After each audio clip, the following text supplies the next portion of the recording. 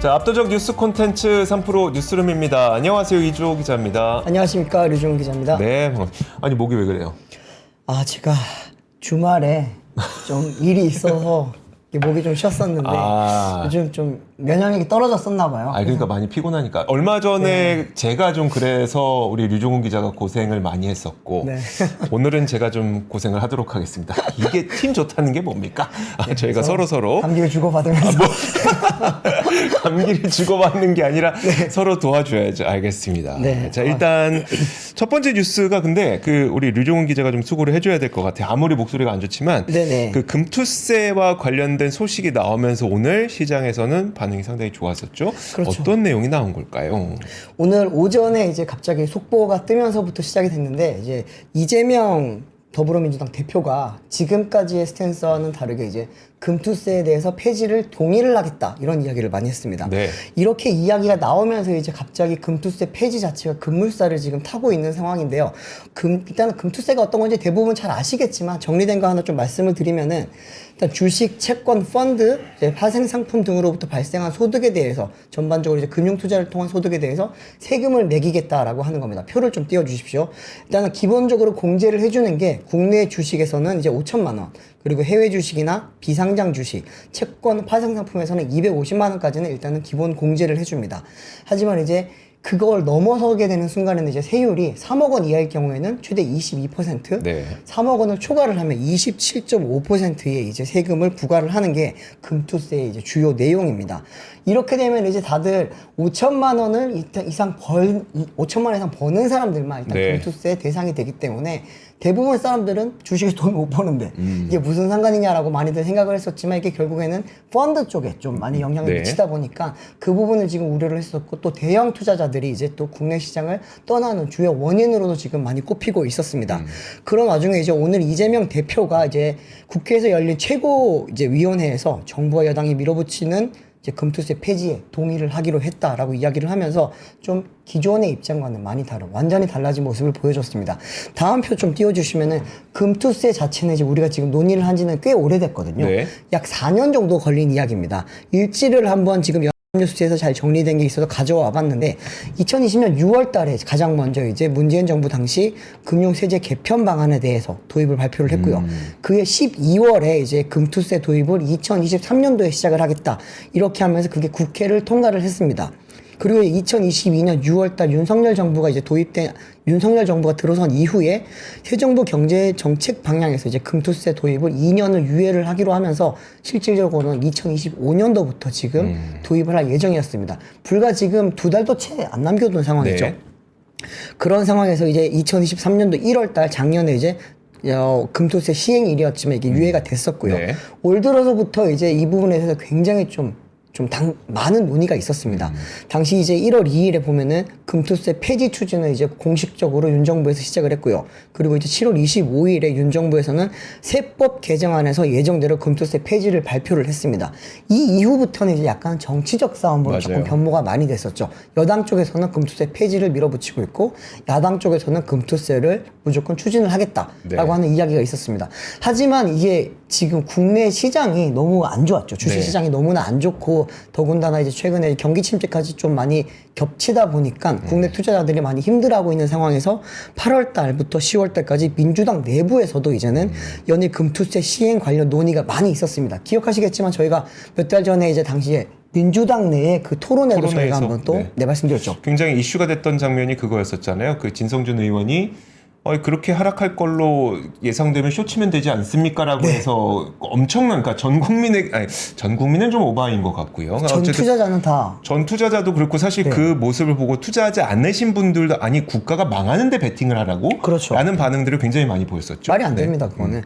근데 그랬었는데 이제 결국 오늘 이제 이재명 대표가 이제 2025년 시행 예정으로 되어 있었던 것에 대해서 이제 폐지를 동의를 한다라고 했습니다. 이렇게 되면은 이제 여야가 합의를 해서 아무래도 이제 올해 연내에 이제 폐지를 아무래도 이제 추진을 하지 않을까 싶습니다. 사실 금투세가 논란이 됐던 가장 큰 이유는 이제 세금 분담으로 이제 국내 증시를 이탈하고 있는 큰 손들의 지금 주요 원인이 바로 금투세다 이런 이야기가 있었고요. 이제 특히나 이제 펀드에 대한 문제가 좀 많았죠. 펀드 같은 경우에는 이제 매매를 하지 않았을 경우에는 원래는 세금을 내지 않았었는데 네네. 이제 환매 수수료뿐만이 아니라 이제 배당에 대해서도 결국에는 수수료를 내게 되고 이게 배당이 아니죠. 그 연간 넘어갈 때 이제 재집계를 할 때 그때 당시 나는 팔지 않았지만 펀드사에서는 팔았다가 다시 재계약을 하는 거기 때문에 네. 거기에 대한 세금이 부과가 되는 부분도 굉장히 좀 큰 문제가 됐었고요. 넘어가기 전에 제가 말실수를 좀 했네요. 네, 어떤 진성준 걸까요? 의원이 아니었습니다. 맞아요. 진성준 네, 김영환 의원, 네. 제가 말실수를 했네요. 진성준 네. 의원은 이 부분을 굉장히 좀 추진을 많이 했던 그렇죠, 분이죠. 그렇죠. 네. 김영환 의원이 이걸로 굉장히 좀 큰 타격을 입었던 네, 걸로 네, 지금 맞아요. 들리고 있습니다. 네. 근데 이제 금투세가 결국에는 폐지가 되면은 그러면 좀 우려하는 부분은 세금이 줄게 네. 되는 거 아니냐. 세금이 많이 줄게 되는 거 아니냐에 대해서 이야기도 많고 또 하나는 이제 그러면 고액 투자자들을 위한 법안이 결국에는 추진되는 거 아니냐라고 하는 부분이 있는데 이 부분에 대해서는 아무래도 지금 이제 세금을 어떻게 지금 개편을 할지는 아직까지 나오진 않은 상황입니다. 실제로 이제 오늘 이야기 나왔던 것 중에 하나는 그 이제 금투세 폐지에 앞서서 네. 거래세를 지금 내리기로 했었잖아요. 맞아요. 만약에 금투세를 폐지를 하지 않고 거래세마저 내리는 걸 기존적으로 이제 추진을 하게 되면은 정부의 세수 부담이 좀 커지는 거 아니냐라고 했었는데 여기에 대해서는 여전히 그냥 아직까지는 그대로 진행을 할 것 같습니다. 최상목 부총리 겸 기획재정부 장관이 최근에 이제 관훈 토론회에서 이거 관련해가지고 이야기를 했었는데 이제 거래세는 스케줄대로 인하하는 게 필요하다라고 생각을 한다라고 답변을 했습니다. 이렇게 되면은 결국에는 지금 현재보다도 거래세는 조금은 줄어들게 되는 거고요. 네. 금투세 역시도 지금 결국엔 폐지가 되게 되면은 이 부분에 대한 이제 어떻게 보면 또 이제 세금을 어떻게 보완을 할 것인가 이거는 또 세제 개편을 통해서 네. 또 봐야 되지 않을까 싶습니다. 또 하나는 이제 오늘 이재명 대표가 이제 상법 개정에 대해서도 상법 개정에 대해서도 이야기를 했었는데 이제 민주당은 증시가 정상 회복하고 기업의 자금 조달, 국민의 투자 수단으로 자리 잡을 수 있도록 상법 개정을 포함한 입법과 증시 선진화 정책에 총력을 기울이겠다 이야기를 했습니다. 이제 특히나 이제 이번 정기 국회 내에 알맹이 빼먹기를 허용하는 상법상 주주총실 의무사항 개정부터 의무 조항 개정부터 개선책을 시행할 예정이다라고 이야기를 하면서 결국에는 이제 금투세는 폐지를 하는 수순으로 가면서 상법 개정까지 동시에 추진하는 걸로 지금 그런 자세를 보이고 있는 상황이라고 볼 수 있습니다. 이걸 보면은 사실 이제 기존의 더불어민주당 쪽에 좀 비판적으로 많이 봤던 부분들은 네. 이 정치적 성향보다는 일단은 경제적으로 봤을 때 그리고 이제 시장에 대해서 너무나 무지한 거 아니냐라고 하는 그런 비판들이 많았었는데 결국에는 이제 대주주에 대한 책임을 강화하고 소액주주를 조금 위할 수 있는 그런 상법 개정과 함께 네. 이제는 금투세까지 폐지가 되면은 이제 우리가 코로나 이후에 많아진 게 개인 투자자들이잖아요. 그렇죠. 그 개인 투자자들에게 조금 더 유리한 방향으로 국내 시장이 돌아갈 수 있도록 좀 그런 기틀을 마련하는 기회가 되지 않을까 싶습니다. 알겠습니다. 제가 실수를 해서 네. 지금 등에 땀이 그러니까 네. 이게 이름을 실수하면 절대 안 되는 건데 네네. 그러니까 순간적으로 이제 튀어나온 이야기를 하다 보니까 제가 좀 실수를 했네요. 저도 바로 양해 말씀 봤었죠. 좀 네. 부탁드리도록 하겠습니다. 이거 이렇게 되면 나중에 좀 박제되는 경향이 좀 있어갖고 네. 다시 한번 실수에 대해서 죄송하다고 말씀을 좀 드리도록 하겠습니다. 어쨌든 그동안 정말 많은 분들이 이게 되든 안 되든 어쨌든 결과가 나와야지 이런 불확실성이 사라지지 않겠느냐라는 그렇죠. 불만들이 굉장히 많았었는데 네. 거기에 대한 어떤 한 가지 그래도 단초는 나왔다는 점에서 좀 긍정적인 것 네. 같습니다.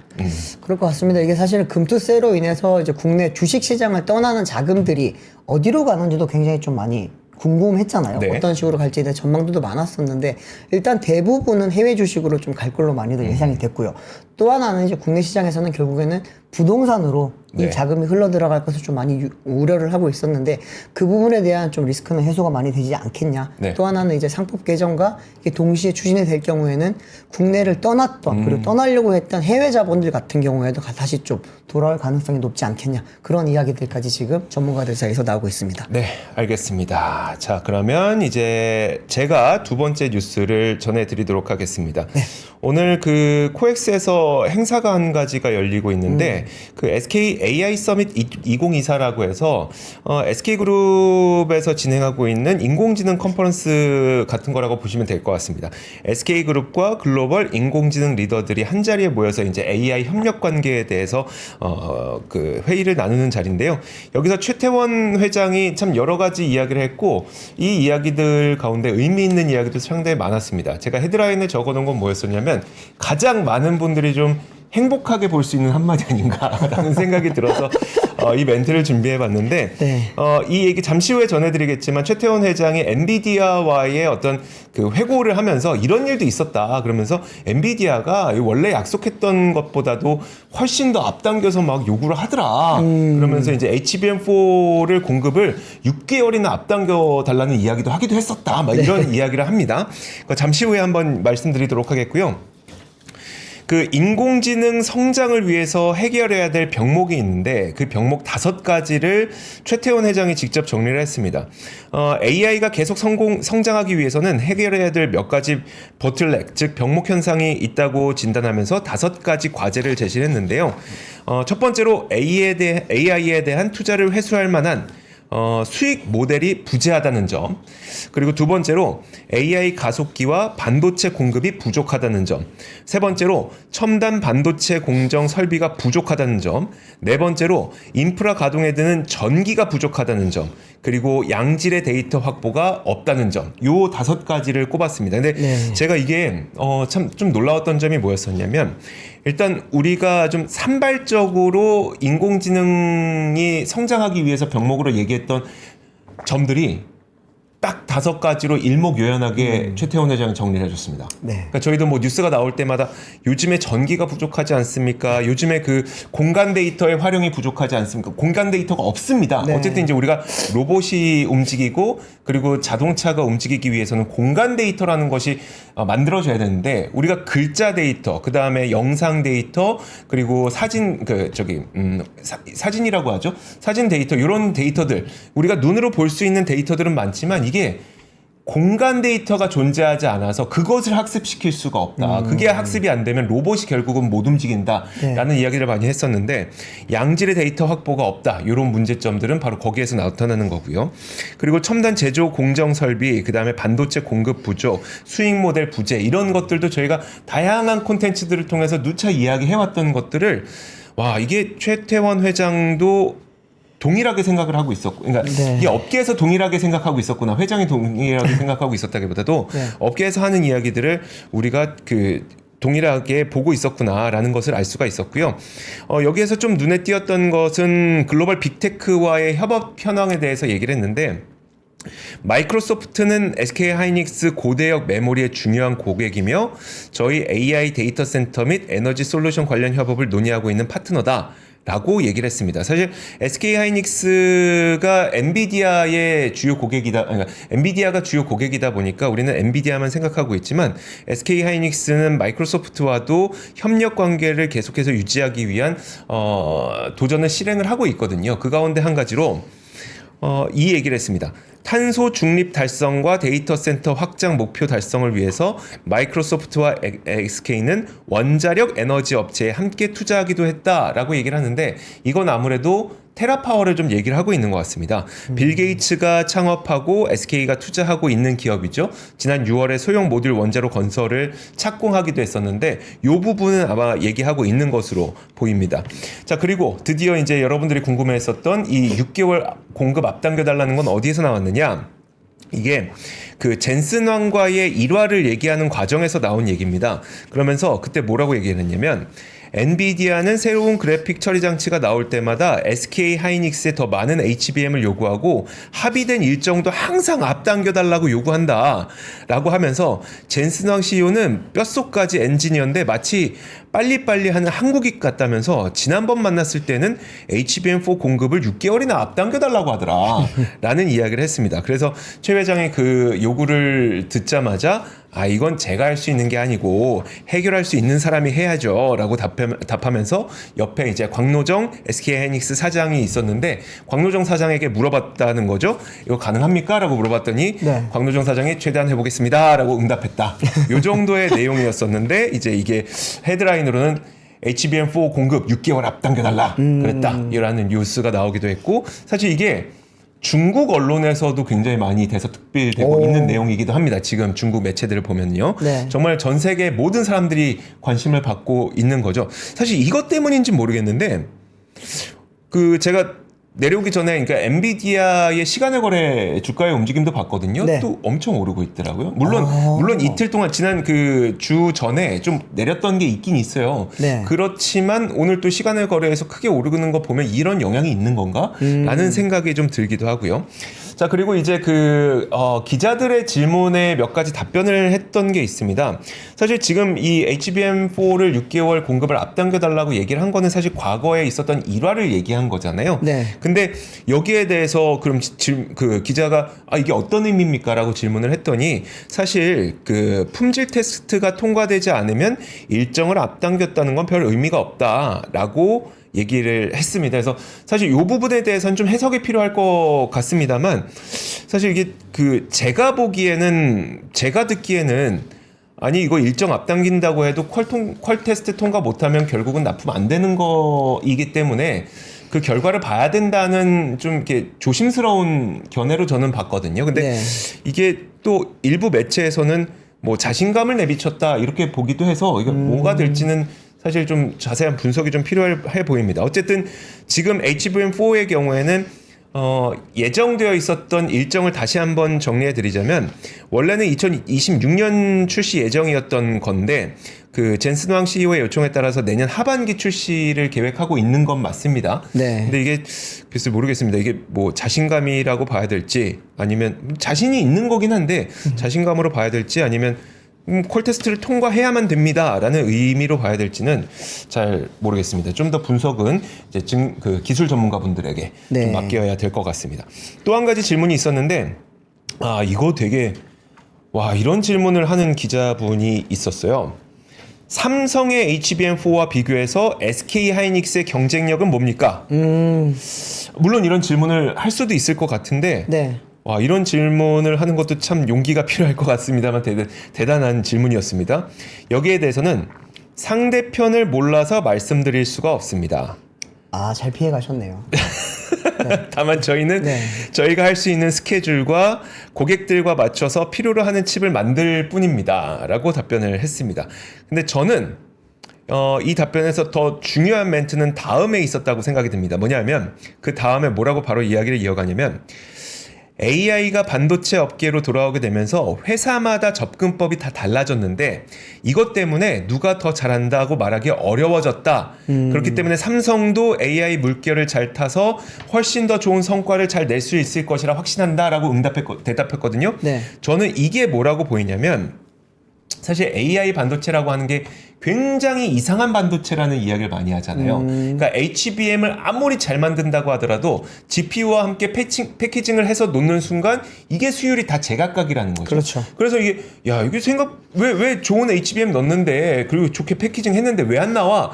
라고 해서 다시 수정을 거쳐서 다시 패키징해보, 다시 수정 거쳐서 다시 패키징해보, 다시 수정 거쳐서 다시 패키징해보는 그 수많은 과정을 거쳐서 결국 고객사가 원하는 결과가 나올 때까지 이걸 맞춰보는 작업이 꼭 필요하다는 거잖아요.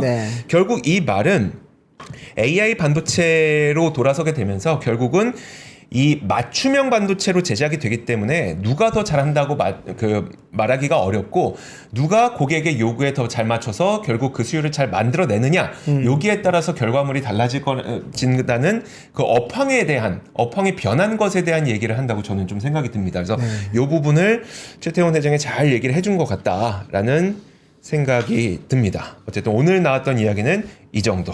였습니다.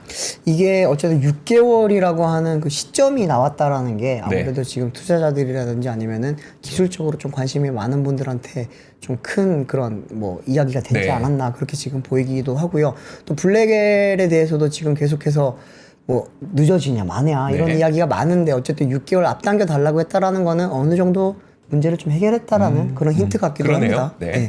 다음 뉴스는 이제 SK온 이야기 한번 해볼게요.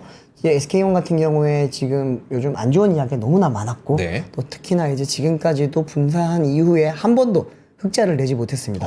그랬다가 이제 오늘 SK 이노베이션 이제 실적 발표하면서 SK온 배터리 부문이 같이 발표가 났는데 처음으로 분기 흑자를 냈다고 합니다. 먼저 이제 SK 이노베이션 전체적인 실적부터 한번 말씀드릴게요.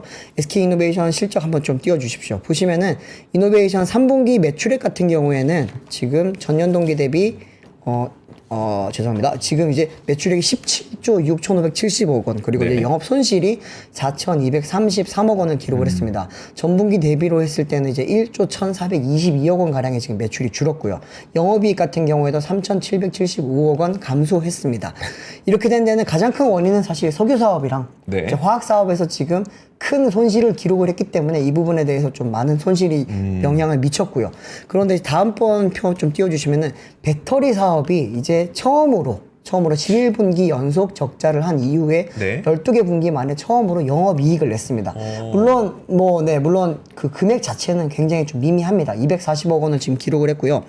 보시면 이게 이제 2021년도 10월 독립법인으로 출범한 지 3년 만에 처음으로 지금 한 그런 이제 흑자라고 보시면 되겠습니다. 네. 이렇게 보시면은 이제 매출액 같은 경우에는 1조 4,308억 원으로 전분기 대비 조금 줄었어요.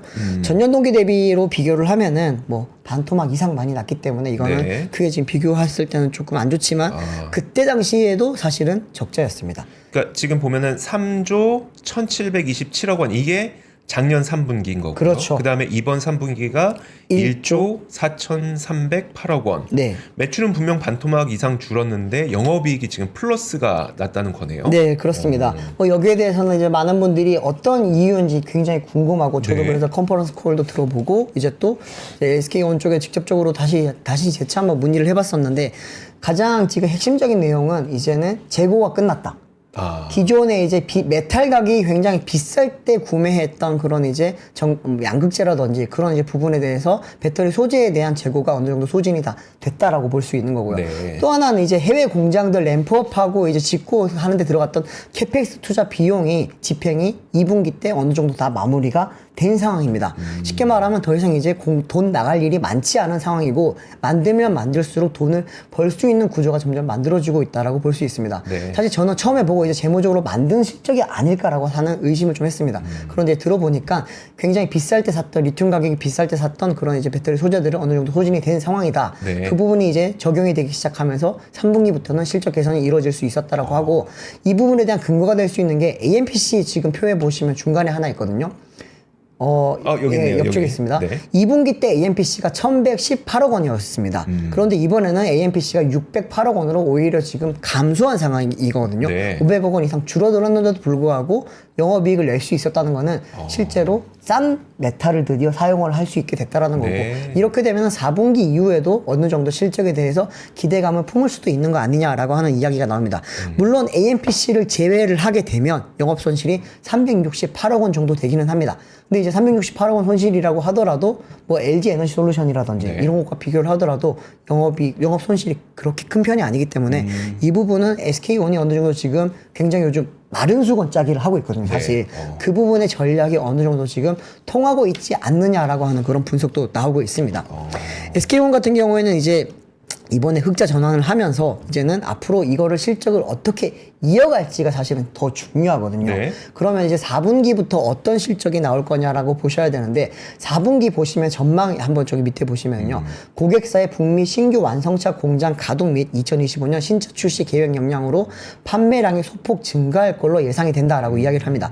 여기에서 말하는 신규 완성차 공장은 현대자동차의 이제 HMGM입니다. 네. 이제 거기서 이제 조만간입니다. 이번 달에 이제 공개를 하는 아이오닉 9 차량에 지금 SK온 배터리가 들어가게 되고요.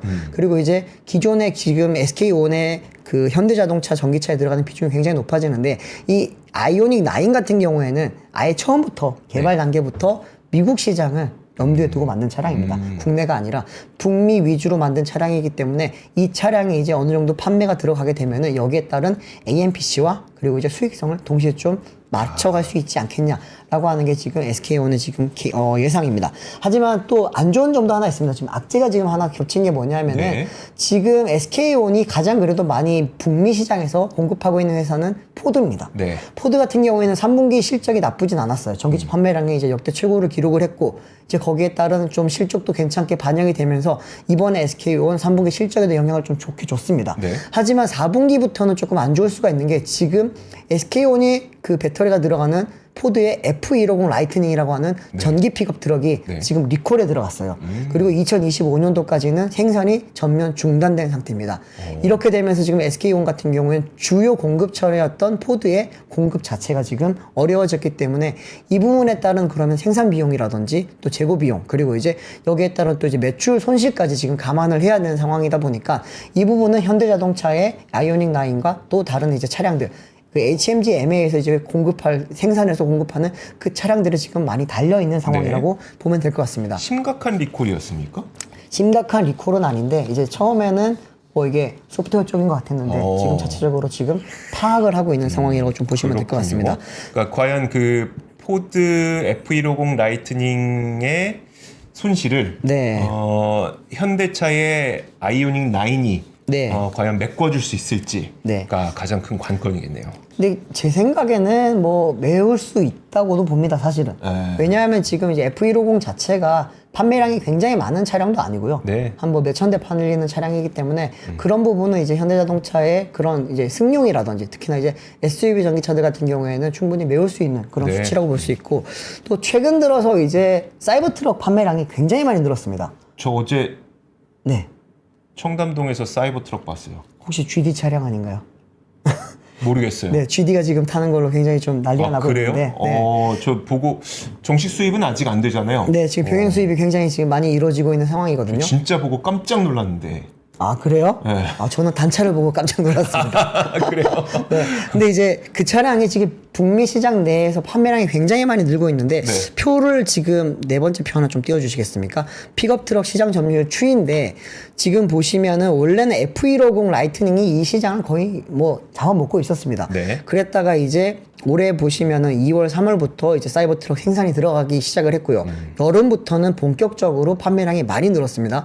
이렇게 되면서 여기 제일 위에 있는 청록색의 그 바가 바로 이제 사이버 트럭의 그 시장 점유율이라고 보시면 되는데 점점 늘어나고 있죠. 아, 지금 이겁니까, 여기? 네네, 두 번째 바입니다. 네, 그렇습니다. 네. 오. 이게 지금 점점 늘어나면서 이게 많이 늘어나면은 좋아지는 회사는 당연히 테슬라죠. 그리고 내년부터는 테슬라와 LG 에너지 솔루션. 그런데 이제 F150이 줄어들게 되면은 포드도 안 좋지만 SK온도 안 좋습니다. 네. 그러면 이 부분에 대해서는 이제 앞으로 좀 SK온이 많이 좀 걱정을 해야 되지만 아무래도 현대차의 그런 전기차에 좀 기대하는 바가 많이 큰 것 같습니다.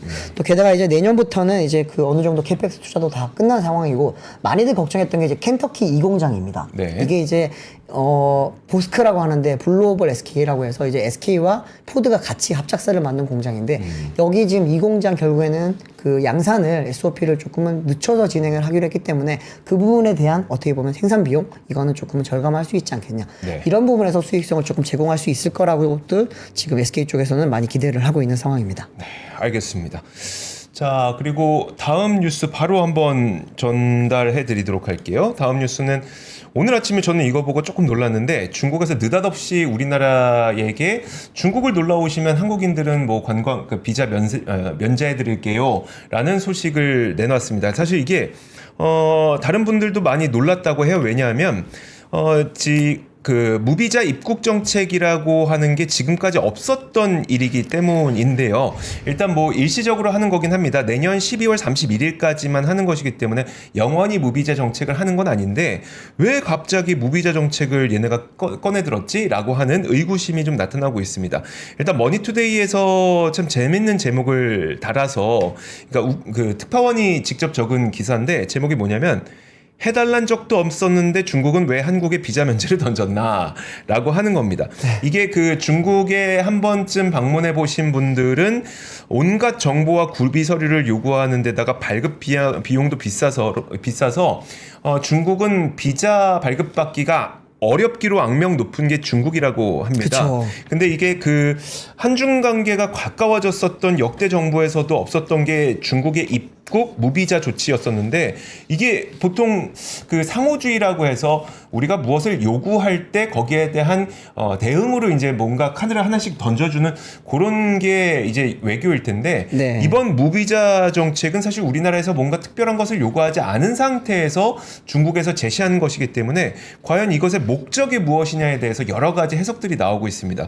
물론 해석일 뿐이기 때문에 정확한 것은 우리가 그 중국의 속마음을 알 수는 없습니다만 합니다만 어떤 해석이 나오고 있는지를 한번 말씀드리면 이런 게 있습니다. 요즘에 그 러시아와 북한이 좀 가까워지고 있다 보니까 사실 중국의 입장에서는 이제 북한이라고 하는 북한을 좀 레버리지 삼아서 외교 정책을 펼쳐왔었는데 러시아와 가까워지게 되면서 중국이 쓸 수 있을 레버리지가 좀 줄어드는 것 때문에 약간 우리나라에 좀 이렇게 카드를 내밀게 있는 게 아니냐라는 이야기를 하고 있기도 한데요.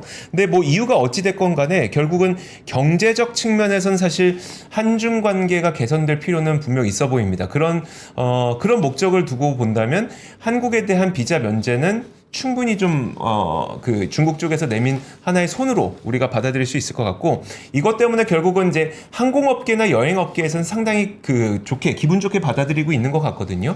왜냐하면 이 때문에 한국 사람들이 중국에 여행을 많이 가게 된다면 네. 항공업계나 여행업계는 상당히 좋아할 텐데 면세업계에서는 사실 이게 그렇게 썩 큰 효과가 없을 거라고 보기도 합니다. 왜냐하면 이제 우리나라에서 중국 여행 갈 때는 내년 말까지 비자 발급이 편해지는 건 사실이지만 그럼 우리나라 사람들이 중국에 여행 가면서 면세점을 이용할 때 정말 충분히 많은 돈을 쓸 수 있겠느냐? 아직 그 부분은 좀 애매하다는 거죠. 아마 여러분도 아시겠지만 요즘에 수많은 그 소비 통계를 보더라도 준내구재에 대한 소비조차도 많이 줄어들고 있습니다. 필수 소비재, 특히 음식이나 뭐 의약품 이런 필수 소비재만 늘어나고 있지 의류와 패션 이런 쪽에 해당하는 준내구재 소비마저도 좀 줄어들고 있는 상태이기 때문에 이런 가운데 과연 한국 사람이 중국으로 여행을 간다고 해서 면세점 이용을 많이 하겠느냐 이런 의구심이 있어서 아직까지는 이 효과가 면세점 업계까지는